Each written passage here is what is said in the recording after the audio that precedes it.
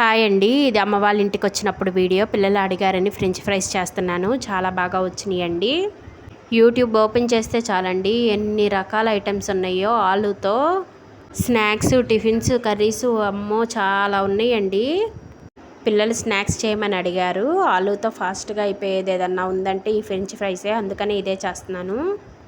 పిల్లలు కూడా ఇష్టంగా తింటారు. ఆలూతో నగ్లెట్స్ కూడా చేయొచ్చండి, కానీ కొంచెం టైం టేకింగ్ ఎక్కువ. ఇదైతే ఫాస్ట్గా అయిపోతుందని ఇది చేస్తున్నాను. బంగాళదుంపతో ఏ ఐటమ్స్ చేసినా పిల్లలు ఇష్టంగా తింటారు. ఒక గిన్నెలో కొంచెం వాటర్ తీసుకొని దాంట్లో సాల్ట్ వేసుకొని బాగా మరగనివ్వాలండి. ఈలోపు పొటాటోస్కి చెక్కు తీసేసుకొని ఇలా ముక్కలు ముక్కలుగా కట్ చేసుకోవాలి.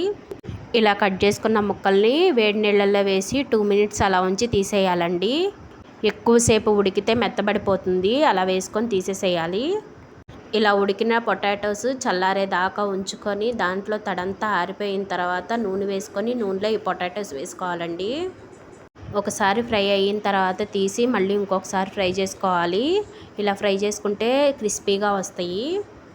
నేను 2 times ఫ్రై చేసుకున్నాను. ఆయిల్ ఫ్రైస్ పిల్లల హెల్త్కి అంత మంచిది కాదు. ఎప్పుడైనా అడక్కడక్క అడిగితే చేయకపోతే బాగోదు కదా, అందుకే చేసి పెట్టానండి. రెండోసారి ఫ్రై చేసినప్పుడు కలర్ చూసారా ఎంత బాగా వచ్చిందో. క్రిస్పీగా కూడా ఉన్నాయి. అమ్మ వాళ్ళ ఇంట్లో టమాటో కెచప్ లేదు, అందుకనే కొంచెం సాల్ట్, కొంచెం కారం వేసి పిల్లలకి ఇచ్చాను. కొంచెం ఉప్పుగా కారంగా తగిలితే వాళ్ళు ఇష్టపడతారు కదా.